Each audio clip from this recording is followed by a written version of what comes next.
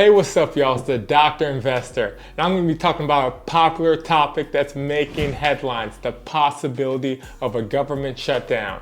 And I'm going to talk about how this can potentially affect Section 8 landlords and Section 8 tenants.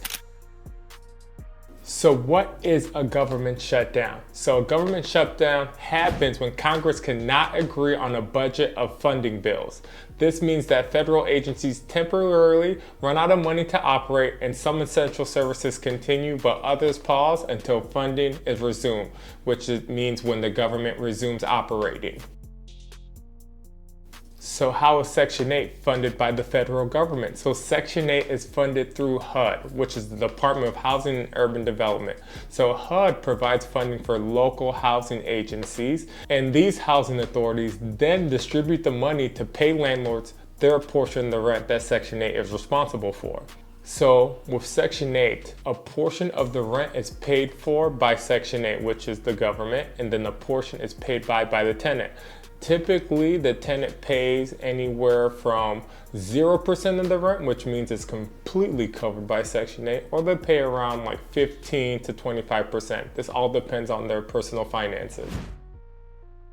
The big question is that during the government shutdown, does Section 8 continue paying their portion of the rent? Good news is that in most cases, housing authorities already have funding allocated for at least a month or two. So they have a month or two of rent already secured. So in the short term, landlords should still get paid and tenants should still expect Section 8 to pay their portion of the rent to the landlord. Like I mentioned before, Section 8 already has allocated at least a month to 2 months of the rent already secure.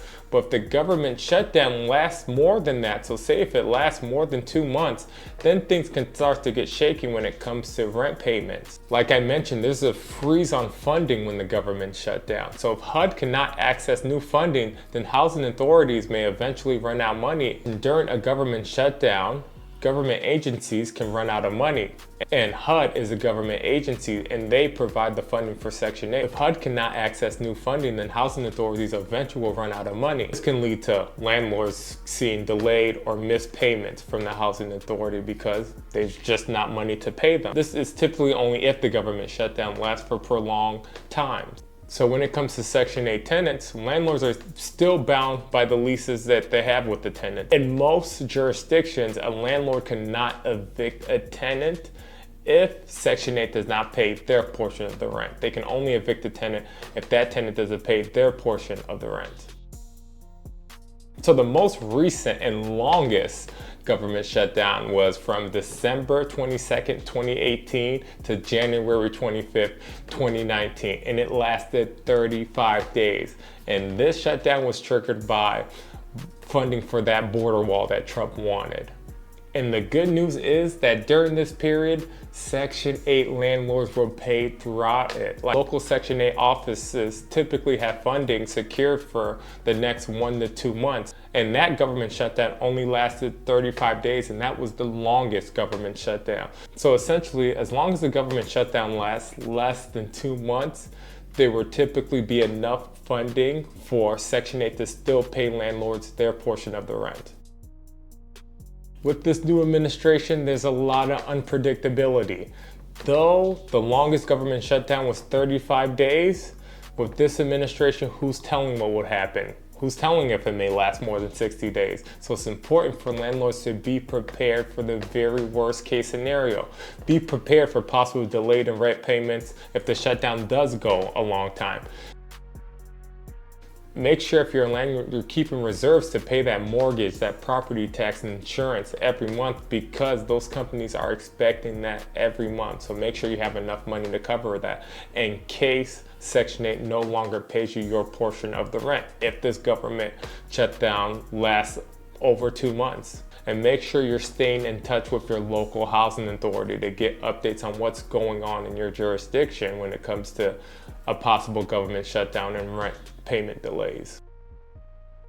If you're a Section 8 tenant, just make sure you're paying your portion of the rent every month. Make sure you're communicating any issues to your landlord. Just know that your voucher is still valid even if there is a delay in rent payments from Section 8. It doesn't mean you lose your voucher altogether. So the bottom line is, if there's a short government shutdown, when it comes to Section 8 payments, you can expect there to be no major impacts.